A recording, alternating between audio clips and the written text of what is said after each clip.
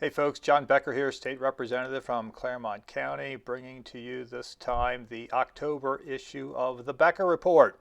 So I want y'all to go out to my website, www.beckergop.com, and subscribe. So down at the bottom of the page, you'll see a place to put in your name and your email address, and you can sign up for the Becker Report. I send it out monthly. Hey, also I'll go out to my YouTube channel. It's also Becker GOP. Just go to youtube.com/Becker GOP, or just search for Becker GOP, and you will find me. So also my contact information is also at the end of this video. So what I want to talk to you about is, well, what I've been talking to you about for weeks now, and that's these private citizen affidavits filed against Governor DeWine. So the whole idea behind this is to get criminal charges filed. That requires a prosecutor to do this. And the affidavit is essentially asking a court or a judge or a prosecutor to file to bring criminal charges against the governor.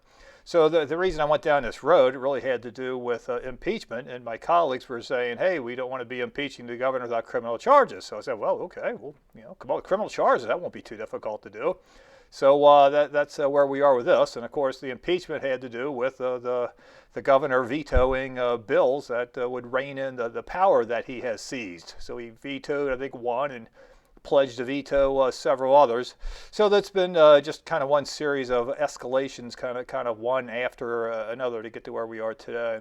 So anyway, so far 13 counties that I'm aware of, and maybe more than that, but in 13 I'm aware of, these private citizen affidavits have been filed. So the reason to get them filed in multiple counties is it only takes one prosecutor someplace in one of the 88 counties in Ohio to take the crimes that Governor DeWine has committed, to take it seriously, and investigate and bring charges against the governor. And I have 10 allegations that are in the private citizen affidavit. Some of them are admittedly stronger than others. Some of them are just a no-brainer. I mean, did he cancel an election? Of course he did. Is that illegal? Of course it is. Did he prevent people from purchasing health care when he shut down the health care facilities and your doctor's appointments got canceled? Yeah, that's illegal too, because we have a constitutional amendment in Ohio that says you can't do that. And when you violate a constitutional amendment, that's a crime. So there's a long list of these. So what I did in this issue of the Becker Report is I took this kind of methodical approach and went down on, I started with the 7 felonies and then concluded it with the 3 misdemeanors. And I kind of took them in a methodical, logical sequence rather than, by the strength of the charge itself. What I mean by, whether it's a second-degree felony, for example. I didn't necessarily start with that. I think one of them was a second-degree felony, and there's kind of a listing. So I didn't really rank them like that. It was more just by a logical argument.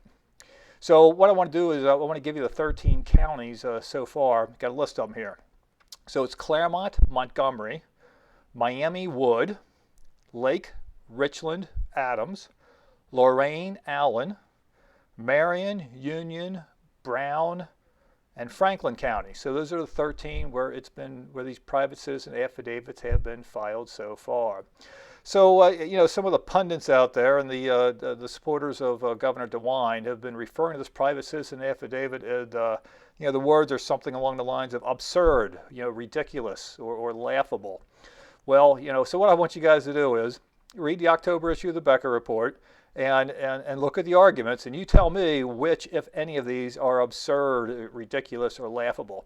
But what I want to do talk to you about tonight, that is absurd, ridiculous, and laughable, and that's the section of the Ohio Revised Code that the governor has been using to seize power and shut down the economy and keep his boot on the throat of the people here. That's Ohio Revised Code 370113. 370113. And I'm going to read you just one sentence out of that section of code, and the governor has taken one clause out of this one sentence to seize power. So let's go over this, and you tell me what's ridiculous, outrageous, and absurd and laughable here, whether it's my private citizen affidavit, the 10 charges that I've outlined, and the arguments for each one, citing the Ohio Revised Code violation and the reasons behind it, or is it what the governor is using to seize power. So here's what it says in the Ohio Revised Code. The department, and that's referring to the Ohio Department of Health.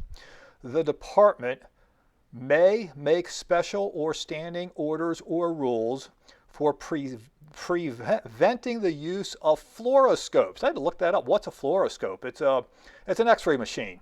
And back in the day when this was written, I think the earlier part of the last century, so the early 1900s, X-ray machines were new and people just weren't aware of the dangers of the radiation. So that's why this section of code was written.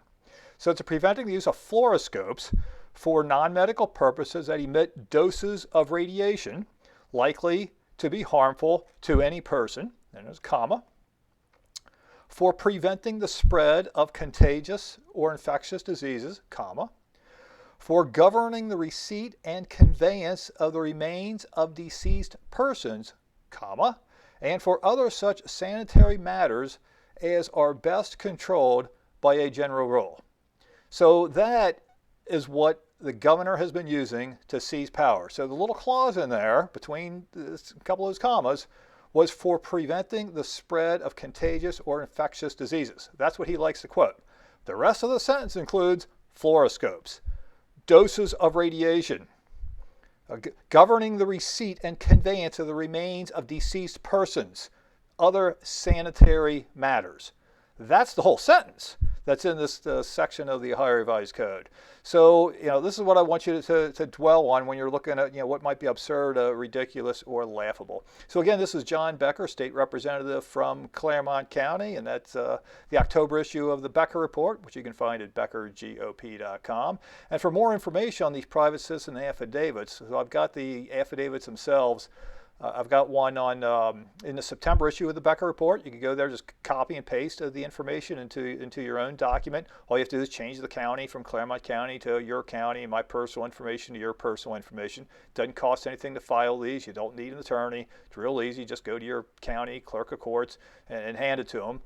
You can expect some confusion because the people working there have no idea what these things are. So you might want to quote them the Ohio Revised Code associated with it. And I've got all that information inside the Private Citizen Affidavit. Or just reach out to me. I'm happy to help you with that. You can also go out to impeachdewine.com. That's impeachdewine.com. And you can download the Word document. It's over on the right-hand side in a blue font. Refers to a private citizen affidavit. And you can see the number of representatives so far that have signed on as co-sponsors for impeachment. And there's only so far a total of 4 of us. But it's still open, and I'm going to be making this official in the next couple of weeks. So until then, your state representative still has the opportunity to sign on. So again, this is John Becker, and have a great day. Bye-bye.